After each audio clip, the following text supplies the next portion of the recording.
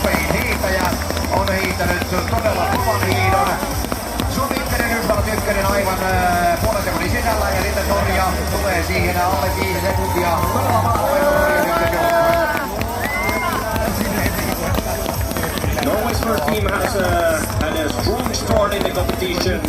Ida-Maria Hagen started well and now Jens Lurs of the Brew continues. 10 sekuntia kärkeen, eli siinä ovat tosiaan nuo Itävalta, Japani, Suomen kakkonen ja Saksan ykkönen äärimmäisen hyvissä hyökkäysasemissa vielä, kun mennään siis tätä lenkkiä, jossa Ilkka Herola vie Suomen viestiä, Niklas Malachiski vie Yhdysvaltain viestiä. Yes.